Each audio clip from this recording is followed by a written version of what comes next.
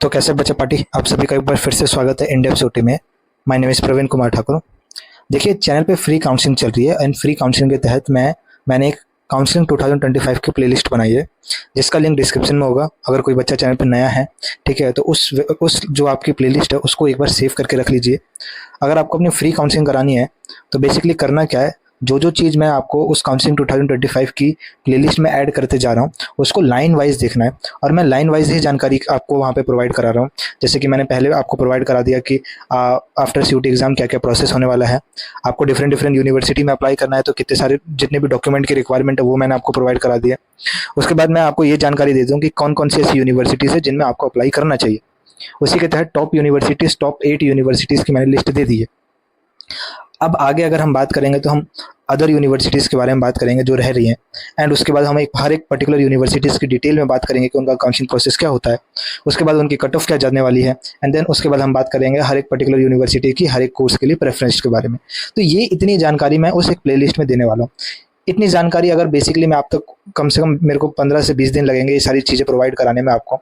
और आप अगर ये सारी चीज़ें एक साथ देख लेते हैं लाइन वाइज, इन चीज़ों को समझ लेते हैं जो मैं आपको समझाने की कोशिश कर रहा हूँ, ठीक है, तब आप एक अपनी पर्सनलाइज प्रेफरेंस खुद बना सकते हैं। और वो एक अच्छी प्रेफरेंस होगी एज कंपेरिजन टू आप अगर कहीं किसी और का पेड काउंसलिंग लेते हैं, एंड वो जो एक्सेल से बनाई हुई जो आपको प्रेफरेंस लिस्ट देंगे उससे तो बेटर यही होगा कि आप अपनी खुद की प्रेफरेंस बना लीजिए। हालांकि अभी आप क्लास 12th पास आउट करें एंड कई बच्चों के पास प्रेफरेंस तो वो बना लेंगे, लेकिन एट द एंड वो जाके एक परफेक्ट प्रेफरेंस लिस्ट बनेगी कि नहीं बनेगी, एक बच्चा काउंसलिंग में कितना अच्छे से पार्टिसिपेट कर पाएगा कि नहीं कर पाएगा, ये डिपेंड करता है बच्चे टू बच्चा, ठीक है, किसने कितनी मेहनत करी अपने काउंसलिंग प्रोसेस में। मैं इस मेहनत में आपका सपोर्ट कर रहा हूँ, एक एक करके मैं सारी जानकारी आप तक देते जा रहा हूँ, ठीक है। एंड आपको क्या करना है उसी अब उसके ऊपर आप कितनी मेहनत करते हैं वो डिपेंड करता है। अगर फिर भी किसी बच्चे को डर लग रहा है, ठीक है, तो एज अ टीचर देखिए ये मेरी जिम्मेदारी है कि मैं हर एक बच्चा, चाहे वो गांव का हो, चाहे शहर का, चाहे प्राइवेट स्कूल का हो, चाहे सरकारी स्कूल का, ठीक है, चाहे उसके पास पैसे हो, चाहे उसके पास पैसे ना हो, ठीक है, वो चाहे छोटी क्लास का हो, चाहे बड़ी क्लास का, ये मेरी जिम्मेदारी है कि मैं इस साल उन बच्चों को एडमिशन दिलाऊं, ठीक है, जिन्होंने इस बार CUT UG 2025 का एग्ज़ाम दिया है और वो चाहते हैं कि इस साल हम किसी न किसी यूनिवर्सिटीज़ में अपने मनपसंद कोर्स के साथ पढ़ रहे हैं।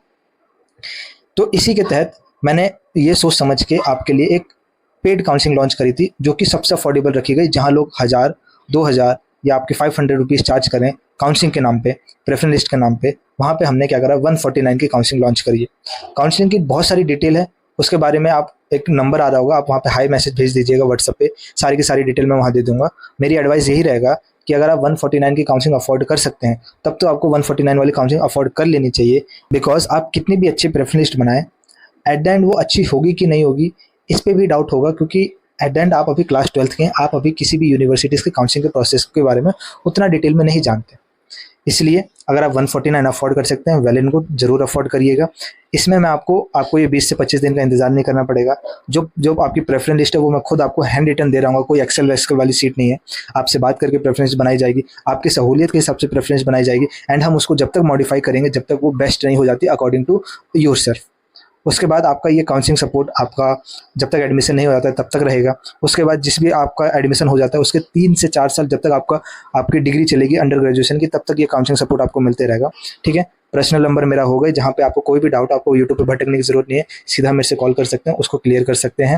व्हाट्सएप पे आपको सपोर्ट होगा, आपके सीनियर्स का एक ग्रुप में ऐड करा जाएगा जहाँ पे ऑलरेडी आपके सीनियर हैं, ठीक है, जो कि आपको और गाइड करते रहेंगे छोटी से छोटी जानकारी को लेके, कैसे उन्होंने एडमिशन लिया, ठीक है, कैसे उनकी हेल्प इस चैनल के द्वारा हुई।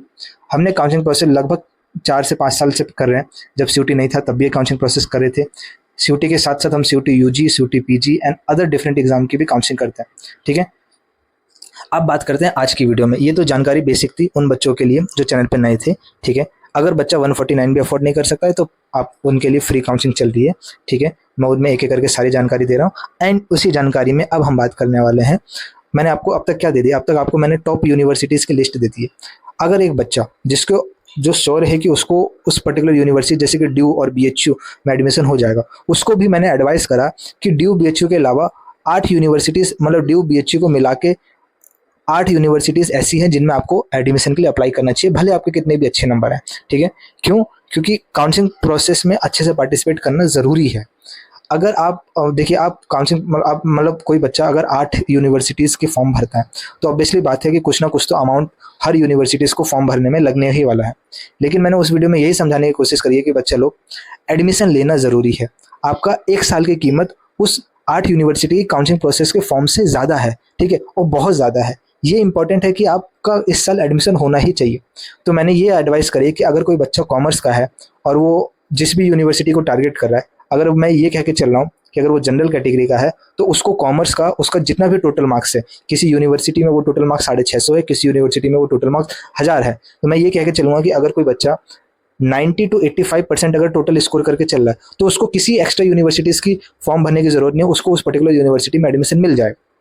इसी तरीके से कोई बच्चा साइंस का है, तो मैं ये कह के चलूँगा कि अगर वो 65 टू 70% अगर अपने टोटल मार्क्स का स्कोर करके चल रहा है, तो उसको उस पर्टिकुलर यूनिवर्सिटी में एडमिशन मिल जाएगा। फॉर पीसीएम अगर बायोलॉजी का है तो 70 टू 75% उसका स्कोर रहना चाहिए।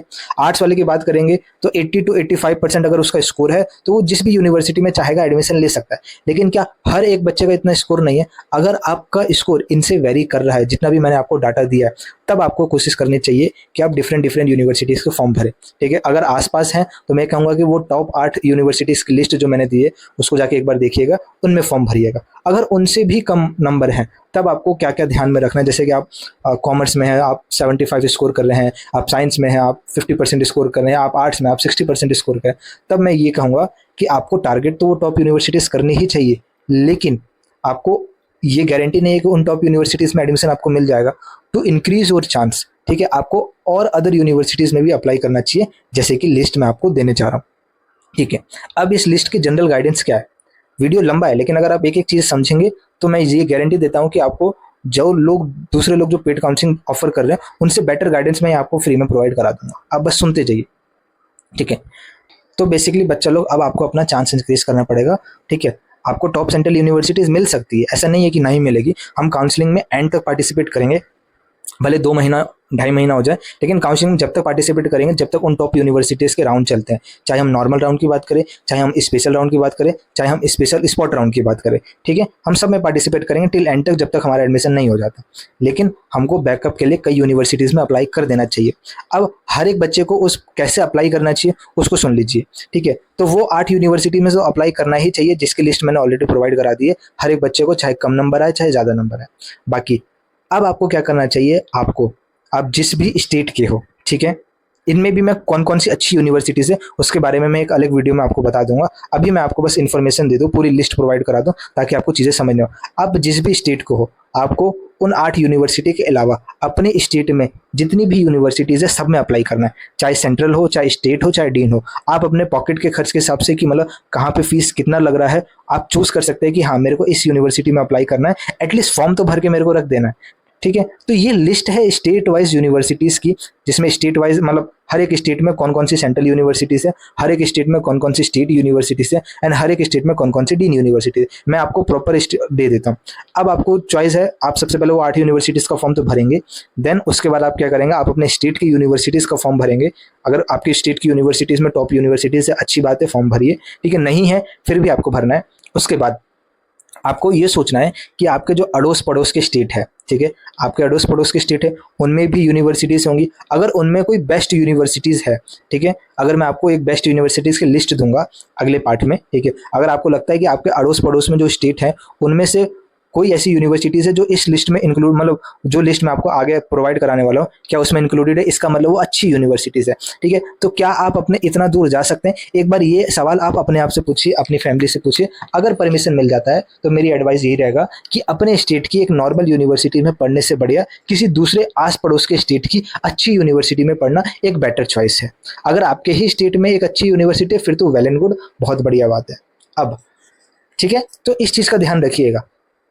अब हम बात कर लें, ये देखिए इसमें ज़्यादा कुछ बताने वाला तो है नहीं, ठीक है, मैं आपको क्या ही बताऊं, मैं बस इतना बोल देता हूं कि डिस्क्रिप्शन में टेलीग्राम ग्रुप का लिंक है, वहां पे मैं पीडीएफ आपको अपलोड कर देता हूं, ठीक है? तो डिस्क्रिप्शन टेलीग्राम पे ग्रुप पे जाइएगा, लिंक से उस ग्रुप पे जाइएगा, उसको ज्वाइन करिएगा, वहां पे मैं पीडीएफ डाल देता हूँ आपको मीडिया वाले सेक्शन में, वहाँ पे आपको फाइल दिख जाएगी, फाइल की पीडीएफ लिंक दिख जाएगी, एंड देन वहाँ से आप उसको डाउनलोड करके अपने स्टेट के अकॉर्डिंग आप चूज़ कर सकते हैं कि हाँ ये यूनिवर्सिटीज़ आपके स्टेट में है।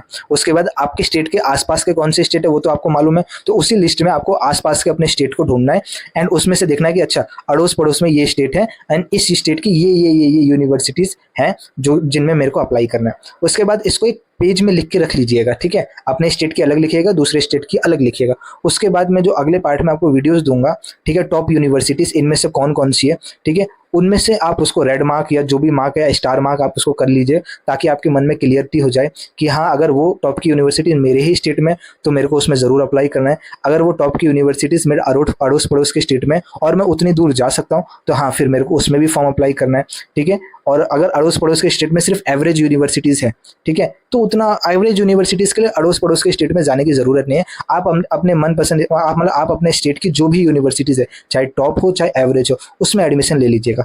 अब मैं इतना जोर क्यों दे रहा हूँ स्टेट की यूनिवर्सिटीज़ में, ये चीज़ कोई नहीं बताता, ये चीज़ मैं आपको समझाता हूँ।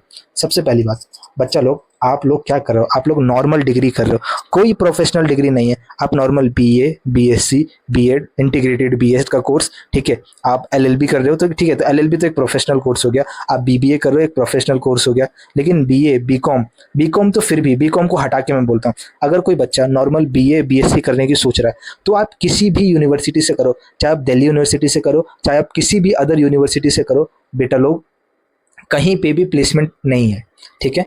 तो देखिए बच्चा लोग, मैं खुद दिल्ली यूनिवर्सिटी के नॉर्थ कैंपस क्रोडीमल कॉलेज से हूँ, ठीक है। तो मैंने देखा है कि बीए, बीएससी का स्कोप अभी भी दिल्ली यूनिवर्सिटी जैसी यूनिवर्सिटी में नहीं है। तो अदर यूनिवर्सिटी की तो मैं बात ही नहीं कर सकता, चाहे बीएचयू ले लो, इलाहाबाद ले लो, हैदराबाद ले लो, चाहे जामिया मिल्लिया इस्लामिया ले लो, ठीक है। ये नॉर्मल डिग्री है एंड लिटरली बताऊं, इसके बेसिस पे कोई ऐसी कंपनीज नहीं है जो आपको प्लेसमेंट देगी। यानी अब डिपेंड करता है आपके ऊपर, या तो आप गवर्नमेंट जॉब के लिए जाएं, ठीक है, या फिर आप क्या करें, अपने आने वाले कॉम्पिटिटिव एग्जाम की तैयारी करें, यानी मास्टर डिग्री की। मास्टर डिग्री इंपॉर्टेंट होती है क्योंकि मास्टर डिग्री किस यूनिवर्सिटी से करी जा रही है उसका बहुत इम्पैक्ट होता है, ठीक है। जैसे कि अगर मैं बात करूं, आप मास्टर डिग्री करने जा रहे हो तो जनरली आप इंटरेस्टेड होगे टीचिंग लाइन में, ठीक है। तो अगर कोई बच्चा बीए कर रहा है तो अगर वो मास्टर डिग्री अपनी बीएचयू या दिल्ली जैसी यूनिवर्सिटीज से करता है, ये जब का केस है जब आपको अभी यूजी में आपको ड्यू बीएचयू नहीं मिलता है, ठीक है। तो आप कोशिश मत, आप किसी भी यूनिवर्सिटी में एडमिशन ले लीजिए अपने स्टेट की एंड फोकस ये रखिएगा कि अगर आप गवर्नमेंट जॉब की तैयारी नहीं कर रहे हैं और आपको आगे पढ़ने जाना है, ठीक है, तो आप CUET पीजी का जो एग्जाम होगा उसमें आपको अच्छा स्कोर करना पड़ेगा एंड आप दिल्ली यूनिवर्सिटी जैसी, बनारस हिंदू यूनिवर्सिटी जैसी टॉप की यूनिवर्सिटीज़ में आप एडमिशन ले लिए, ठीक है। अगर आप बीएससी कर रहे हैं तो आपके दिमाग में ये होना चाहिए कि बच्चा लोग हर एक सब्जेक्ट की बीएससी आप जैसे आप कंप्लीट कर लेंगे उसके बाद एक आईआईटी जैम का एग्जाम होता है एंड आईआईटी जैम आपको एक एमएससी करने का ऑफर देता है टॉप की आईआईटी से। आप जितनी भी आईआईटी है वहाँ से सिर्फ बीटेक डिग्री ऑफर नहीं करी जाती, वहाँ पे एमएससी भी ऑफर करी जाती है। तो जैसे कि मैंने, अगर मान लीजिए मैं, कोई बच्चा है जिसने दिल्ली यूनिवर्सिटी से मैथमेटिक्स ऑनर्स करा है, ठीक है, बीएससी ऑनर्स मैथमेटिक्स, ठीक, और उसको मालूम है कि इतना स्कोप दिल्ली यूनिवर्सिटी से नहीं है कि मेरे को आगे प्लेसमेंट लग जाएगा, तो अगर वो बच्चा 2 साल की एमएससी अपने आईआईटी से कर लेता है, किसी भी आईआईटी से, आईआईटी दिल्ली, आईआईटी बॉम्बे, ठीक है, आईआईटी मद्रास, आईआईटी मंडी, आईआईटी गुवाहाटी, कहीं से भी कर लेता है, तो उसके पास बहुत लंबा चौड़ा करियर ओपन हो जाता है। चाहे वो एडटेक फील्ड में टीचिंग की लाइन में जाना हो, चाहे वो आपका किसी भी कंपनी में टेक फील्ड में जाना हो, उसके पास दोनों ऑप्शन होते हैं, ठीक है, या फिर आगे फॉरेन स्टडी करने जाना हो, तो ऐसे करके इसको बढ़ जाता है। अब ये सब चीज़ें मेरा बताने का यही एक रीज़न है कि बच्चा लोग, जब सब लोग बोलते हैं कि ड्रॉप लीजिए, आपको ड्यू में पढ़ना है, आपको बीएचयू में पढ़ना है, तो मेरी एडवाइस यही है कि ड्रॉप मत लीजिए, इस 1 साल की कीमत समझिए, ठीक है। बोलने वाला बोल देता है कि 1 साल का ड्रॉप ले लीजिए क्योंकि उसको अपना कोर्स बेचना है, क्योंकि अगले साल भी आप वही कोर्स खरीदोगे उन्हीं टीचरों का। तो ड्रॉप नहीं लेना है, आपको जहाँ पे भी एडमिशन मिले एडमिशन ले लेना है, ठीक है। मेरी एडवाइस यही है, टॉप के लिए हम ट्राई करेंगे, अगर टॉप में मिल गया बहुत अच्छी बात है, टॉप में नहीं मिलता है, ठीक है, तो हम किसी भी यूनिवर्सिटी में, अपने स्टेट की यूनिवर्सिटी या उसके आसपास की यूनिवर्सिटी में एडमिशन ले लेंगे एंड अपनी जनरल, हम फाइनल कॉम्पिटिटिव एग्जाम जो हम 30 साल बाद देने वाले हैं उस पर ध्यान रखेंगे एंड अपनी जनरल जो भी मेरी बीए, बीएससी, बीकॉम है उसको कंप्लीट करेंगे।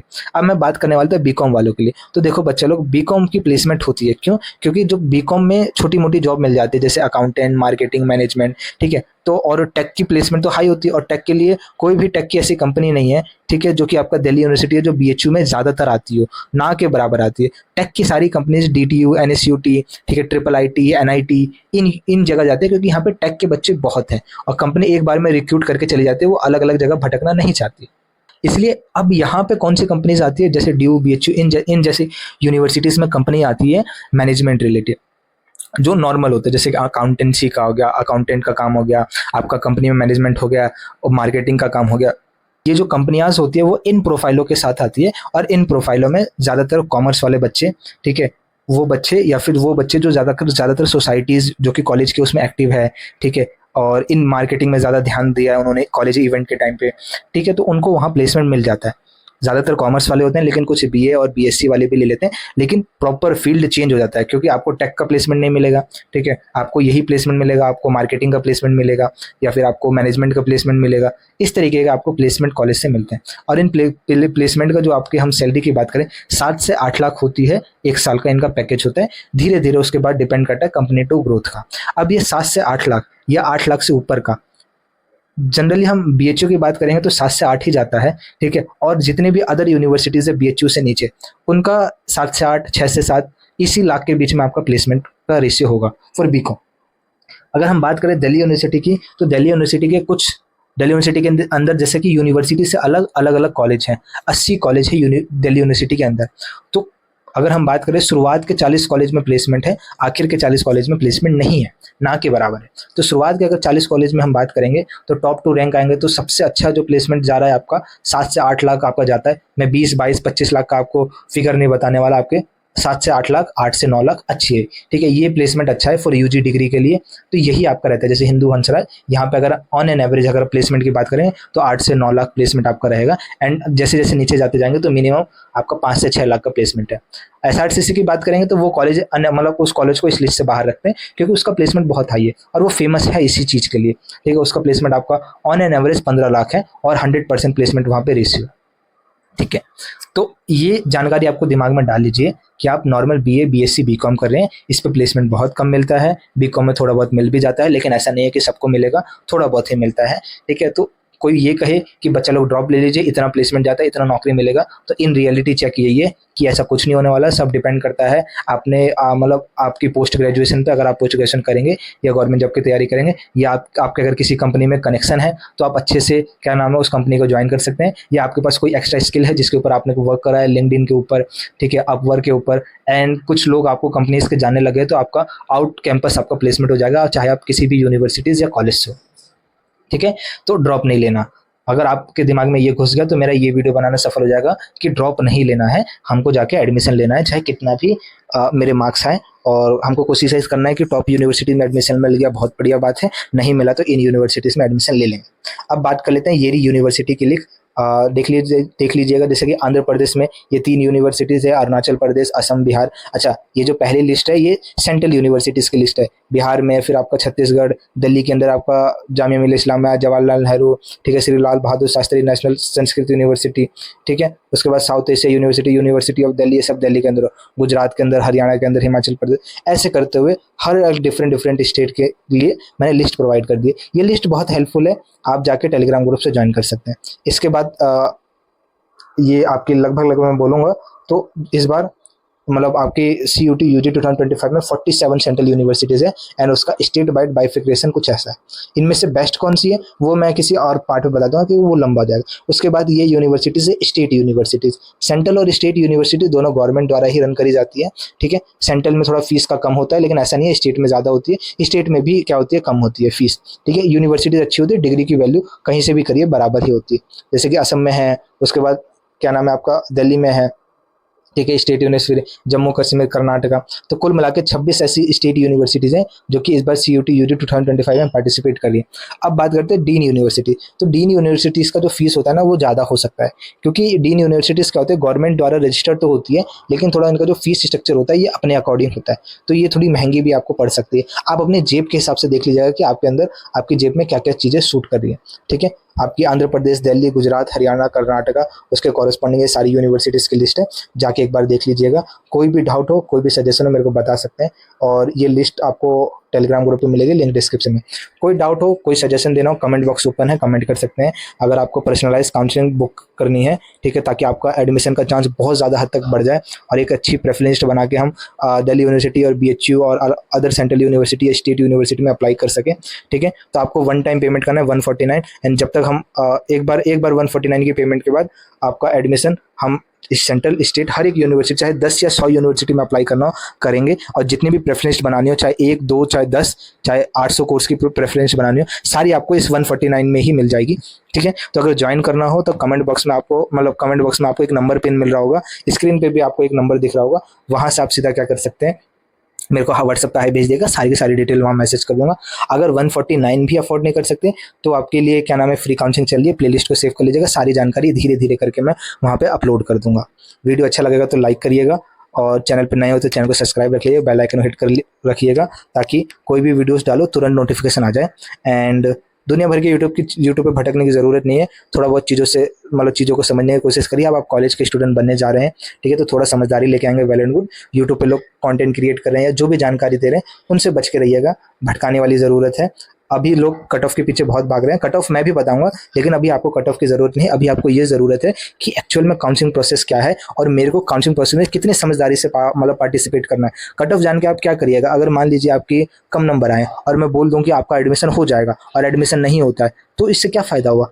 मैंने आपको बोल दिया कि एडमिशन हो जाएगा, तो आप जब तक संतुष्ट रहेंगे, कम से कम 2 या 3 हफ्ते आप संतुष्ट रहेंगे, जब तक आपका एडमिशन की लिस्ट नहीं आ जाती। उसके बाद मान लीजिए अगर मैं आपके कम नंबर आ रहे हैं और मतलब आपके नंबर क्या आ रहे हैं, ज़्यादा आ रहे हैं, और मैं बोलूँ कि आपका एडमिशन नहीं होगा, तो आप टेंशन में आ जाएंगे कि एडमिशन नहीं होगा, आप क्या करें, अब क्या ना करें, ठीक है, हमें इनकी पेड काउंसलिंग ले लेनी चाहिए ताकि एडमिशन हो जाए। तो ऐसी चीज़ें पैनिक करने की ज़रूरत नहीं है, कितना भी नंबर आए एडमिशन तो हो जाएगा, इसकी गारंटी है। ठीक है, बट आपको काउंसलिंग में अच्छे से पार्टिसिपेट करना होगा।